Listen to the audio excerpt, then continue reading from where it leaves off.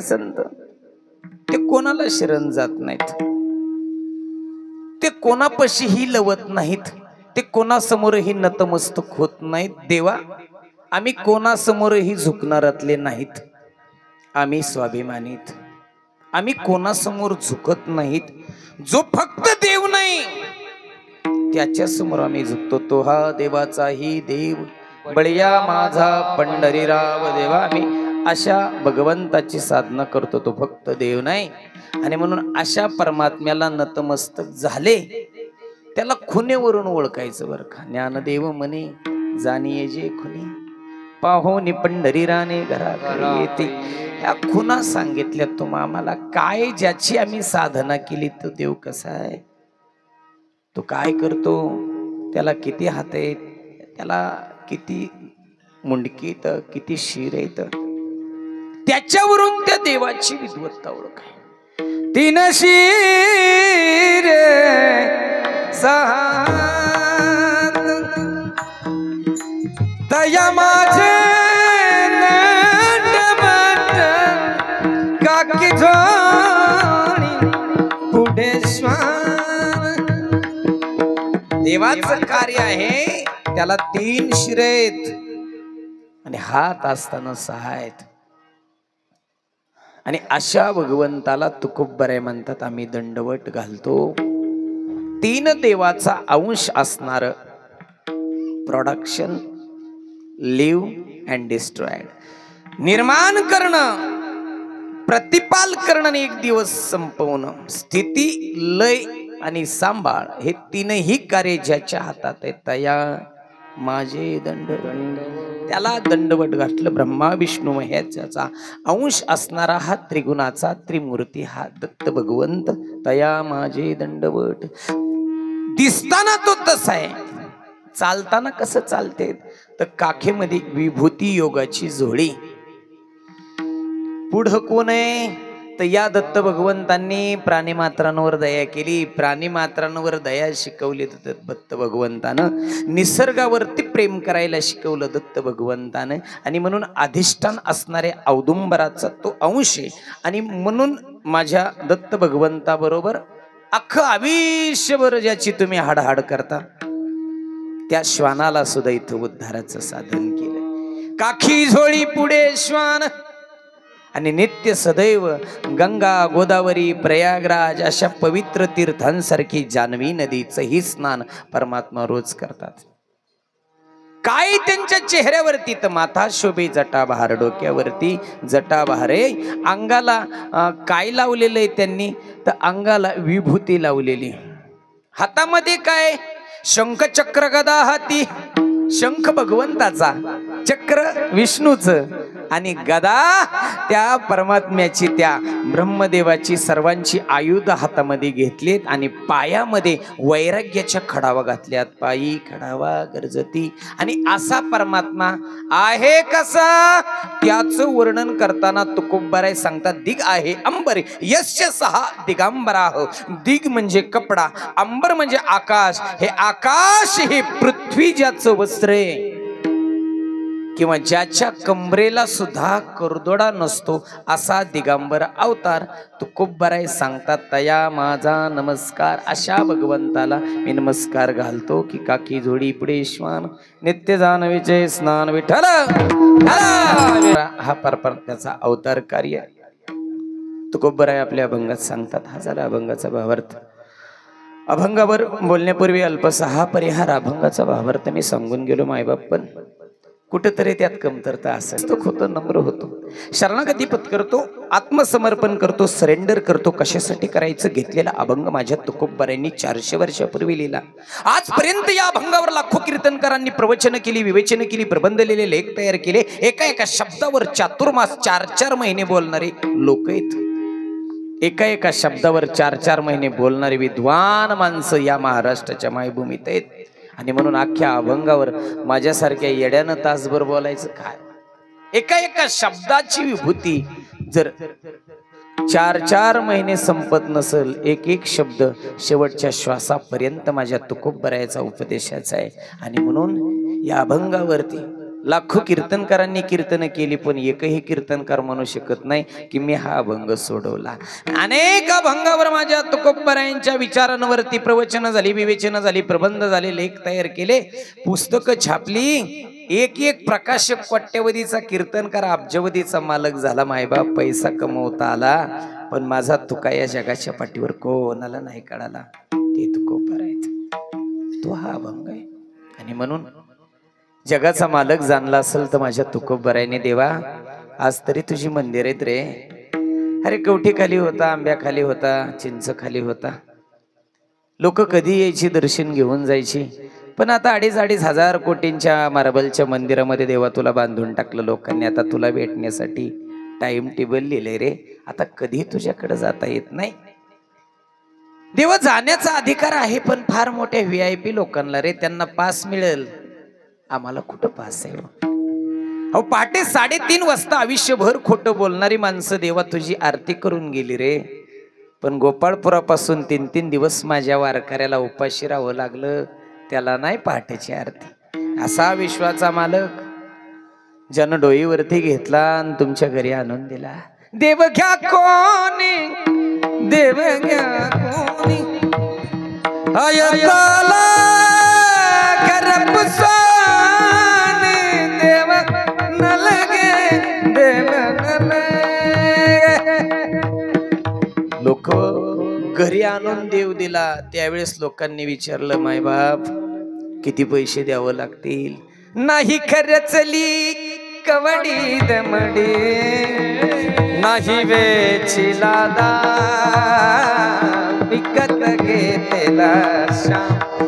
जगाचा मालक ज्यानं मोफत आणून दिला, विना पैशाचा आणून दिला, ते तुकोबर येत. म्हणून मी सांगितलेला भावार्थ तंतोतंत माझ्याकडून सत्य निघाला असं काही नाही. विठ्ठल जरा अभंगाचा भावार्थ अभंगावर बोलण्यापूर्वी अल्पसा हा परिहार अशा पुण्य पावन भूमीमध्ये या परतडे परिवारानं, बरोबर, परतडे परिवाराचा असणारा हा अनाम यज्ञ सोहळा आहे.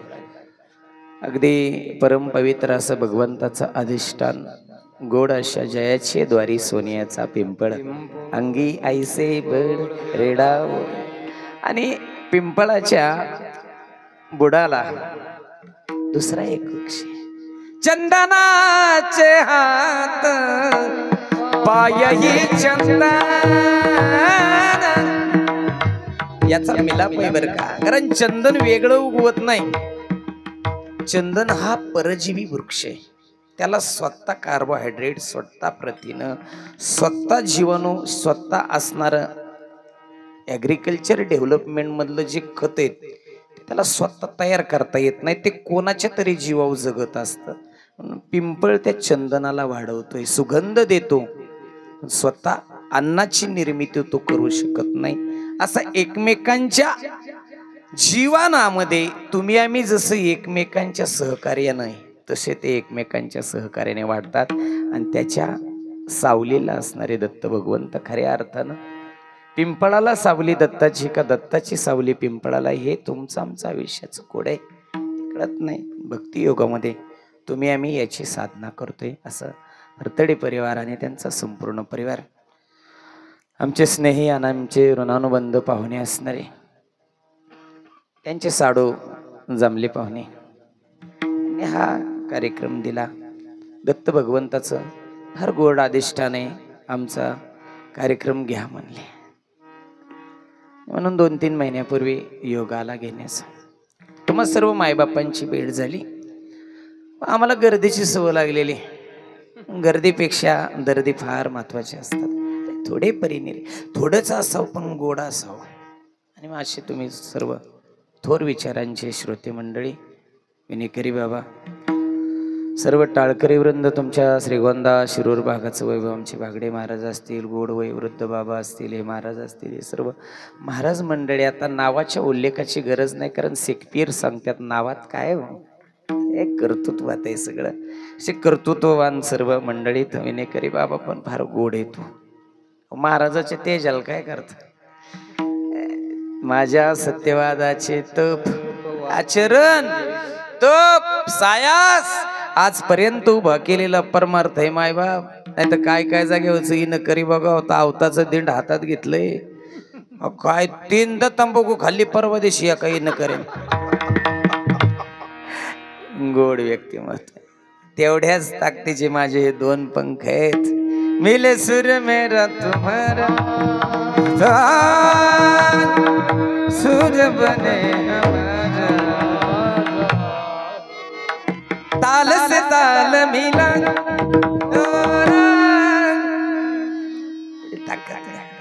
तेवढेच गोड श्रोतेजन ऐसे संतजन ऐसे हरीचे दास माझ्या बरोबर माझे आयुष्यभर 14 वर्षापासून पाठराखण 3-3, 4-4 राज्यामध्ये केली.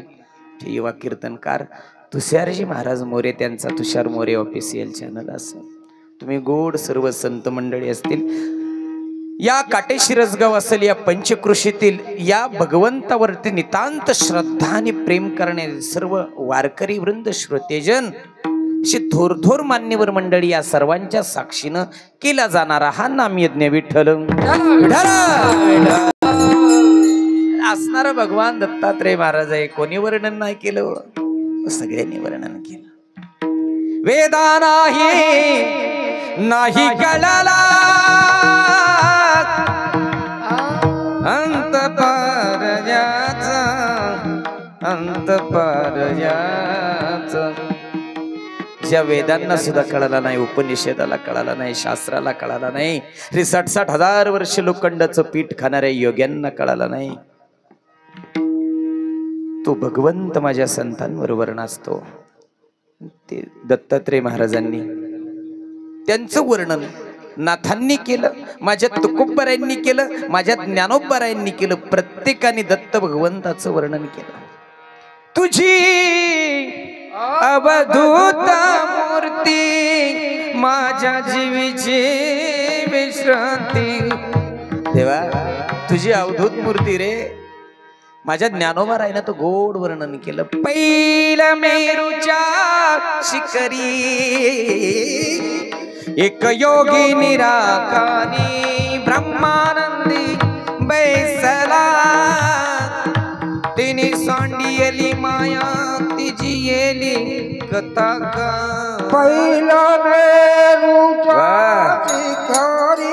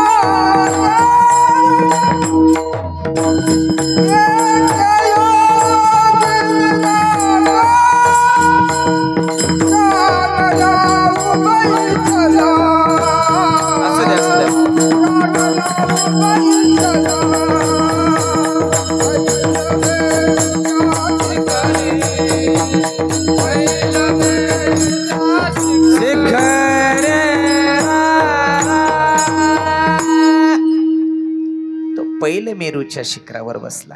ज्ञानोबरायानं दुसरे एका अभंगात वर्णन केलं संतांनीही वर्णन केलं. योगिया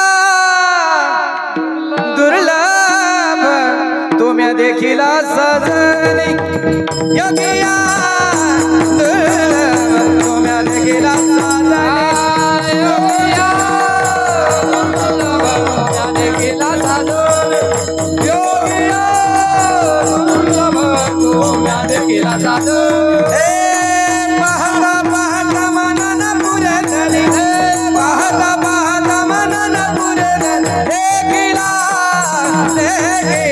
माये देवाचा देव देखिला देखिला माये देवाचा देव हे देखिला देखिला माये देवाचा देव देखिला देखिला माये देवाचा देव देखिला देखिला माये देवाचा देव पिटला संदेह निमाले तुझे म्हणून गोड आहे बरं का. तर इथं आम्ही आलतो त्यावेळेस 4-5च होते म्हणलं कसं गोड व्हायचं बाई सिस्टीमवाले पण फार छान, फार गोड. नाही तर नुसती जागरण वाजवली ना काय नसते हो त्यांच्याकडे. एका जागेवर तो बादलीत माईक मांडला होता, वाळू भरून ती बादलीत बांबल उभा केलता. पुढं पोरग बसलो होतं गुळ द्यायला, त्याचा शिंबूड त्याला आवराना, तसाच वर वाढायचं, तसाच गुळ द्यायचं. अख्ख्या कीर्तनात मला खराड गुळ लागला, मिळच नाही लागला. तितक्याच ताकदीचं सिस्टीम बरोबर फार गोड, फार. कारण आज दिवसच गोड आहे हो. आजी सोनियाचा दिन वर्षे अमृताचा घन, आजी सोनियाचा दिन. सोन्याचा दिवस आहे आज. या फडतरे परिवारानं या देवाची सेवा केली. त्यांच्या धर्मपत्नीने आई जगदंबेची सेवा केली, आई यमाई मातेची सेवा केली. अधिष्ठान आहे अहो, ती आदिमाया शक्ती अनुसयाच्या रूपानं होती, म्हणून दत्त भगवंत येतात व म्हणून दत्त भगवंत येतात. जिच्या नावातच सामर्थ्य आहे, त्याला वेगळं सांगायची गरज नाही. अनसूया नावात कर्मधारे समास आहे. अ म्हणजे नाही, असूया म्हणजे गर्व. जिच्या अंतकरणात गर्व नाही, जिच्या अंतकरणात अहंकार नाही, जिच्या अंतकरणात मीपणा नाही, जिच्या अंतकरणात स्वार्थ नाही, अशा आईच्या पोटी जन्म घेतो तो दत्त. अनसूया जिच्या अंतकरणात असूया नाही. विठ्ठल. आणि म्हणून येणाऱ्याचे बी अंतकरणात असूया नसावं बरं का. घरनं तुम्हाला सांगितलंय लय नाते काढीत जाऊ नका, पाकिटावर परिणाम होतो. काय होतं, नातं पुन्हा मिळत नाही, पैसा पुन्हा मिळतो. ते ऋण वैपन देखून अंगी मी आपल्याच उत्तीर्णता लागी, भक्ताच्या तन त्यागी परिचर्या करी. पैसा आयुष्यभर मिळेल, नातं नाही मिळत हो. ही तुटलेली नाती पुन्हा जोडायची, पुन्हा त्या नात्याचं प्रेम मिळवायचंय, पुन्हा एक संगता निर्माण करायची, पुन्हा ती निष्ठा मिळवून जायची असते आयुष्यात. काय ते मिळवलं अनुसूयेनं, ते मिळवलं. आणि असा विश्वाच्या पाठीवरती भगवान निर्माण केला. ती एका आईची ताकद आहे, आईची ताकद आहे. बाकी कोणाकडे ताकद नाही. विश्वामध्ये तीच निर्माण करू शकते हो. महर्षी देवा संस्थापिले, सगळ्यांचा निर्माता एक आई. आणि म्हणून आजचा दिवस हा आईच्या औदार्यासाठी प्रसिद्ध आहे. आजचा दिवस ही आईनं केलेली एक मोठी क्रांती, ती विचारांची क्रांती असेल, ती श्रद्धेची क्रांती असेल, ती निष्ठेची क्रांती असेल, ती प्रेमाची क्रांती असेल. अनसूया सामान्य नाही हो. तिचं गुरुकुल आहे.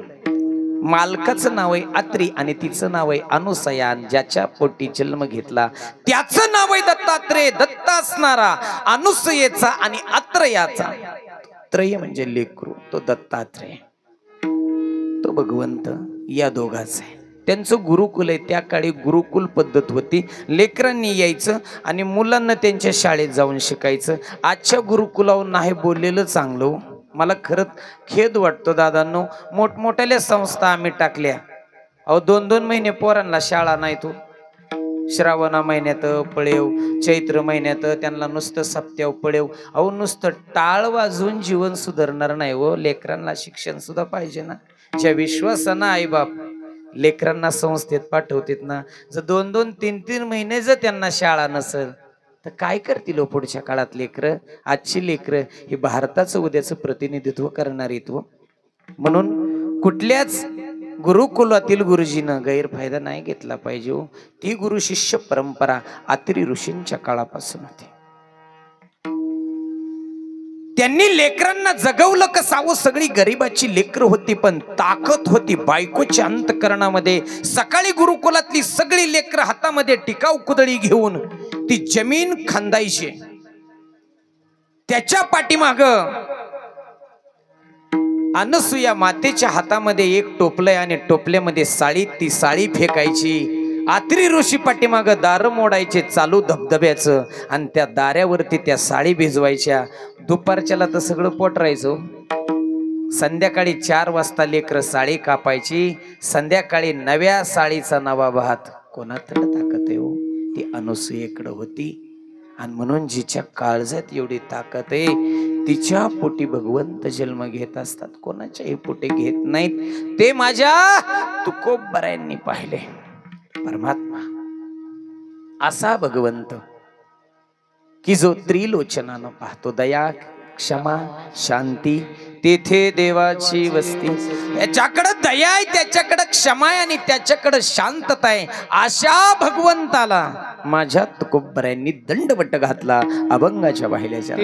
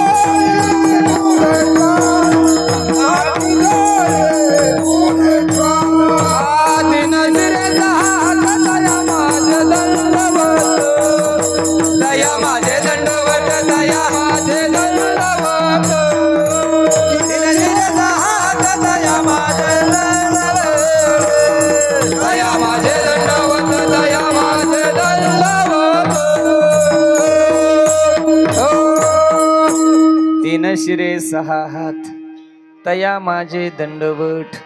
असा भगवंत, भगवान विष्णूचा अवतार, भगवान महादेवाचा अवतार आणि भगवान ब्रह्मदेवाचा अवतार, त्याचं एकत्रीकरण ज्याच्या अंशात आहे तो दत्त परमात्मा ताकद आहे. अशा दत्त भगवंताची भागवतामध्ये दत्त भगवंतानं 24 गुरु केले. 24 गुरु. एकदा गुरु केल्यावर गुरु बदलू नाही म्हणतेच. त्याच्या हातानं माळ घातली. सांगतो हरिपाठ म्हणा, सोमवार धरा, उपवास धरा, जा उपवास पारणे राखीला दारवंटा केला भोगवटा म्हणा. गुरुंनी सांगितलं.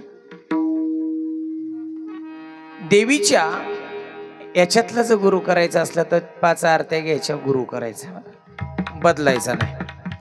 इथं 24 गुरु सांगितले दत्त भगवंताचे. कोणाकोणाला गुरु केलं? अहो सगळ्या जीवनातल्या चलित गोष्टीला गुरु करून घेतलं. एक आजगर सावलीला झोपलं होतं.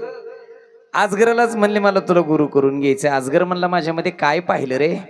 त्यावेळेस दत्त भगवंतानं सांगितलं मी तुझ्या भावामध्ये स्थितप्रज्ञपणा पाहिला, स्थिरपणा पाहिला आणि तो स्थिरपणा आयुष्याच्या साधनामध्ये करायचा असतो. ज्यावेळेस आपण 4थ्या अवस्थेमध्ये असतो त्यावेळेस लय पळापळ करायची नाही. ह्याच्या लागणार निघ, त्याच्या अक्षदेल निघ, ट्रक बस, टपाव बस, मोकर पळत बसायचं नाही. लय गारट्याचं सप्त्यालाही जायचं नाही. ठाईची बैसोनी करा एक चित्त, आवडी अनंत आळवावा. जोपर्यंत हातापायात ताकद आहे तोपर्यंत धावा रे. एकदा शांत जागेवर बसले ना, आजगरासारखं एका जागेवर बसून राहा. आजगराकडून गुण शिकलो. दत्त महाराज सांगतात मी पुढे गेलो. पुढे एक लोहार लोखंडाला गरम करून वाकवत होता. मला वाटलं त्याला सुद्धा गुरु करून घ्यावं, कारण ट्रान्सलेट जो करतो एका वस्तूचं दुसऱ्या वस्तूमध्ये रूपांतर, त्या रूपांतर करण्याच्या प्रक्रिया ही सुद्धा संतांची प्रक्रिया आहे. बंथोनी नवनीता तैसे घे अनंता. मी त्या घिसाड्याला, मी त्या लोहाराला गुरु करून घेतलं. काय पाहिलं? अरे लोखंड तप्त, अग्नीमध्ये टाकलं तर त्याचा गंज निघून गेला, अग्नीमध्ये टाकलं तर त्याचं गुण निघून गेलं, अग्नीमध्ये टाकलं तर त्याचा वर्ण निघून गेला आणि त्याच्यापासून सुंदर सुंदर वस्तू तयार झाल्या. मग जर बांधकामाला वापरलं तर 54 रुपये किलो, वस्तू करून वापरलं तर 200 रुपये किलो, घोड्याची नाल केली त्याची तर 1000 रुपये किलो आणि सुई बनवली तर 5000 किलो. हे परिवर्तन असतं. अरे एकच माशी वखारीत लाकडावर बसली तर किंमत नाही, किंमत नाही. पण ती जर सोनाऱ्याच्या भांड्यावर बसली ना सोनं मोजायच्या, तर एका माशीची किंमत आज मी तिला 18,500 रुपये होती. कुठं बसली त्याच्यावर फार महत्वाचं आहे हो, फार महत्वाचं आहे. मग तुमची आमची किंमत कधी होती तर परिवर्तित झाली. परिवर्तन केल्यानंतर त्याची किंमत वाढते, हे मी लोहाराकडून शिकलो. दत्त महाराज म्हणतात, मी पुढे चालत चालत गेलो, खिडकीतून पाहिलं तर एक 15 वर्षाची पोरगी घरामध्ये बसली होती. आणि असं मला वाटलं तिला गुरु करून घ्यावं. म्हणजे का वाटलो, म्हणजे तिच्या हातात 1.5 डझन बांगड्या होत्या काचच्या. गोट नव्हता, ब्रासलेट नव्हतं, बांगड्या होत्या हो, बांगड्या होत्या. शरीरामध्ये उष्णता निर्माण करण्याचं पहिलं साधन म्हणजे बांगडी. कमीत कमी लग्न झालेल्या स्त्रीनं तरी बांगडी घातली पाहिजे. शरीरामध्ये ऊर्जा निर्माण करून रिप्रोडक्टिव्ह सिस्टीमला प्रबल बनवते. काचची बांगडी ऊर्जा निर्माण करते. ती बांगडे होते तिच्या हातामध्ये 1.5 डझन. तेवढ्याच दारात पाहुणे आले, दारात थाप मारली पाहुण्यांनी. तिनं घर उघडलं, पोरीला विचारलं, पोरी आईबाप कुठे गेलं? पोरीनं सांगितलं रानात गेलेत. म्हणले आम्ही तर तुला पाहायला आलोय. म्हणले असं आहे का? म्हणली बसा तुम्ही पुढच्या घरात, मी मागच्या घरातून तुम्हाला चहा बनवून आणते. मागच्या घरात ती चहा बनवायला गेली असन, त्या काळी काय ते पेय असन ते तिने दिलं असन. बारक्या भावाला तिनं रानात पाठवलं, रानात जा आईबापाला घेऊन येत, तोपर्यंत मी साळी काढते. त्या काळी साळी कांडायच्या आणि मग पाहुण्यांना जेवण करायचं. गिरणी नव्हत्या. मग तिनं उखळामध्ये मुसळ घेतला आणि मुसळानं त्या साळी बडवायला लागले. आता उखळ नाही, मुसळ नाही, आता राहिलंच कुठं काय हो. अहो गेलं येलं गेलं, यटान गेलं, द्वारकांड गेलं, काढवान गेलं, शिवळ गेली, पाबर गेलं, वस गेलं, औद गेली, फरांडी गेलं, जू गेली, गाडी गेली, आकरी अहो गेली, चूल गेलं, चुलवान गेला, हार हराव भाकरी करत होती माय. तो गोलपुरी सारखी फुगायची. आता भाकरी नाही फुगत, आता भाकरी करणारी फुगती. तीच भाकरीचं मधी फोडली आणि कांदा कोशिंबीर लिंबू पिळले तर डॉमिनोज पिझ्झाच्या बापाला माझ्या आईनं केलेली भाकरी कधीच नाही ऐकली व तो काळ गेला. पोरीनं साडी बडवायला सुरुवात केली, कुटायला सुरुवात केली. बांगड्यांचा खळखळ आवाज यायला लागला. तिला वाटलं पाहुणा आपल्याला नावं ठेवतील, बांगड्या किती मोठ्यानं पोरगी वाजवती. म्हणून तिनं काय केलं, 1-1 डझन बांगड्या काढून ठेवल्या आणि 6-6 बांगड्या ठेवल्या. तरी बांगड्यांचा आवाज बंद होईना, पुन्हा 3-3 बांगड्या काढल्या, 3-3च ठेवल्या. बांगड्यांचा आवाज बंद होईना, पुन्हा शेवटी 2-2च ठेवल्या. बांगड्यांचा आवाज बंद होईना, शेवटी तिनं डाव्या हातात एक आणि उजव्या हातात एक ठेवली. आवाज बंद झाला. एक तत्वी नाम दृढ धरी मना, हरिसी करुणा येईल तुझे, येईल तुझे. ज्या वेळेस तत्व एक असतं त्यावेळेस आवाज होत नाही बर का. आता तर तिघांच्या हातात म्हणल्यावर काय आवाजाला कमी गो. अहो एकाच्या हातात असलं तर आवाज होत नाही हो. वाटण्या घालण्यावारीच पंचायतीत विठ्ठल तत्वनिष्ठा ज्याच्याकडून शिकलो तया माझे दंडवट. तो दत्त भगवंत आहे, त्याला मी अखंड दंडवट घालतो. दंडवट दंडापरी काय बुरुने देऊरे. दंडवट कशाला म्हणायचं, हातातली काठी सुटली तो मध्ये कुठं ठेपा घेत नाही, ती जशी खाली पडते ना धरणीवर तसाच दंडवट घालायचा असतो. दंडवट घालत्यात बघा. कोण दंडवट घालतं? मावश्या दंडवट घालत्यात, आत्या दंडवट घालत्यात, एखाद्याच्या घरी पाळणा हलावा म्हणून.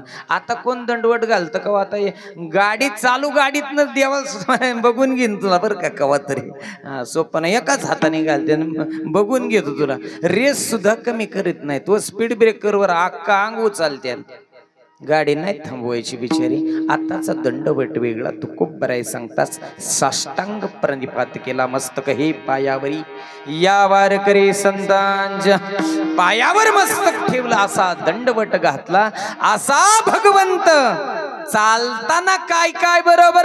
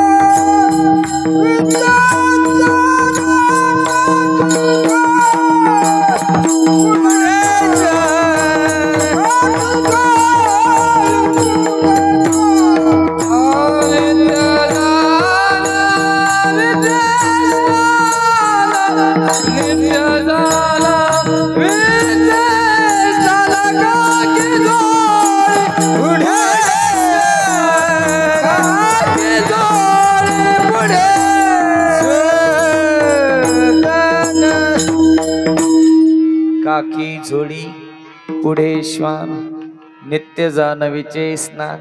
काकेमध्ये काय तो झोळी देवासाठी घेऊन जोग अवघा भोग तेजेला. सगळ्या भोगांचा त्याग केला हो देवासाठी. काकी झोळी घेतली कशासाठी घेतली हो? अख्ख्या जगाचं पाप झोळीत टाका माझ्या. त्याच्यासाठी आलो कृतकृत्य झालो. इच्छा केली ते पावलो. तेव्हा अख्खं जग पापानं भरलेले रे. त्यांच्या पापाचं क्षालन व्हावं, त्यांनी नम्र व्हावं म्हणून दत्त भगवंतानं झोळी हातात घेतली. आताच्या साधूंच्या हातात झोळ्या नाही तो. जिसका बैंक में कोई खाता नहीं, घर वालों से कोई नाता नहीं, जिसके पैरों में कोई जूता नहीं. आता त्याला साधू म्हणा हो. आताचे साधूचे 100-125 देशात इस्टेट आहे का, त्यांना साधू म्हणावं का? आताचे साधू एकाच पॅनेलचा प्रचार करतात का, त्यांना साधू म्हणावं का? अवर ज्याच्या अंतःकरणात धर्मनिरपेक्षता आहे. कारण माणूस कधीच धर्मानं ओळखला जाणार नाही, तो कर्मानच ओळखला जाणार. दया करणे जे पुत्रासी तेच दास आणि दासी, त्यासी अपंगिता नाही त्यासी दरी हृदय, जे का गंजले गंजले त्याचे मने जो आपुले. तो साधू, तो साधू. मग या दत्त भगवंतानं झोळी अडकवली. आता बी झोळ्या आहेत बरं का, पण त्याला चैनी आल्या. आता झोळ्या घातल्याशिवाय कुठलीच बाई लग्नाला निघत नाही, गावाला निघत नाही. काय काय दुसऱ्या गाडीच्या हंडीला त्याच झोळ्या गुतल्या मरून गेल्या बिचाऱ्या. आणि जुळी घेतल्याशिवाय बाई नाही बाहेर निघत. परवा दिवशी आम्हाला असे दत्त जयंती सप्त्यात जुळी गावली. 56 चैनी होत्या त्याला. ड्रायव्हर म्हणला महाराज कुणी का घ्यायना त्याला. दोघांनी म्हणे मग तर गाडी थांबवतो. थांबवली गाडी. बाबांनी म्हणे मग घेऊ. सगळ्या चैनी काढल्या, काहीच नाही. शेवटी एक टिकल्याच पाकिट गावला, त्यात 12 टिकल्या होत्या. ड्रायव्हरने 6 घेतल्या आणि मी 6 घेतल्या. विठ्ठल त्यांच्याकडे हा विभूती येऊ नाही, ते अनसूयेकडे. जगाचा मालक गर्वहरण करण्यासाठी आला. तर माझ्या अनुसूया मातेनं लेकर केली व त्याची लेकर. असे जगाच्या पाठीवर कुठंच अशी वस्तू नाही की आयुष्य कमी करल, कुठंच अशी वस्तू नाही की जे आयुष्य वाढवल. पण अनुसूया मातेची ताकद होती. जगात कोणीचा वाढलेला आयुष्य कमी नाही करू शकत हो, पण अनुसूयेनं केलं. अरे सत्व घेण्यासाठी आले. अनुसूया म्हणली माझ्या आयुष्यातला हा सतीचा वाण आहे. सत्व घेण्यासाठी आलेल्याला सुद्धा बारकी लेकरी केली. अहो भाकरीसाठी आलते ग्राईप वॉटर पाजीत बसली हो. काय ताकद आहे. बारकी लेकर करून टाकलं तिला, ही ताकद आहे. माझ्यावर एक जोडीदार आला मुंबईला कीर्तनाला. मला महाराज पोरण येत नाही तर कुणी नाही, तुम्हाला नसतं सोबत कुणी. मम्माईकड कवा कीर्तन आहे हो. म्हणलं हाय आता मोरल्या महिन्यात. म्हणले माझी तरी होऊन द्या की जीवाची मम्मी, मला नेतान का? म्हणलं नेतो की. आणि मग ती मी बाबांना गेलो बघ घेऊन. मग सकाळचं काल्याचं कीर्तन आम्ही 7ला तिथं पोहोचलो. आता कुठं थांबायचं, एका ठिकाणी आम्ही थांबलो. आमच्या जोडीदाराचं तिथं घर होतं, पण घर माऊली 24व्या मजल्यावर घर. आता म्हणले वरती जायचं लिफ्टने न्यानी, त्यापेक्षा म्हणलं बा तूच थोड्या वेळ एक गप्पा मारायला खाली. 9 ते 11च्या काल्याच्या कीर्तनाला आम्ही जातो. विचारपूस होईल, सुख दुःख वाटून घेतलं जाईल. पण त्याला आम्ही खाली बोलावलं, तिथं आम्ही बसलो. तर काय झालं, सकाळ 7-7:30चा टायमिंग. 70-75-65च्या महिला व्यायामाला गेलेल्या रस्त्याला. ते व्यायामाला गेलेल्या महिला लिफ्ट मध्ये जायच्या आणि कामाच्या घाई गडबडीने पर्स गुंतवलेल्या 25च्या 22च्या त्यातनं बाहेर निघायच्या. तेव्हा आल्या का हे तर मसने रे राव, मला म्हातारी जातील तर निघून येतील. 2-3 झालं तसं. 7-8 महिला गेल्या आणि 7-8 महिला पर्स गुंतवून आल्या तिकडून 20-22च्या. म्हणला 75ची जाती आणि 22ची होऊन येते. महाराज मग महिला यायच्या आधी नाही का मला सांगायचं? म्हणलं काय आम्हाला बघा की राव. म्हणला 70ची म्हातारी गेली आणि 22चीच तर निघून मिसनीतनं बाहेर निघली. मला इतकं हसाय आलं महाराज, पण मी गप बसलो. मग म्हणलं तुमचं काय म्हणणं आहे? आणि म्हणलं मग मी आलो येताना म्हातारी नसते का आणली. विठ्ठल विठ्ठल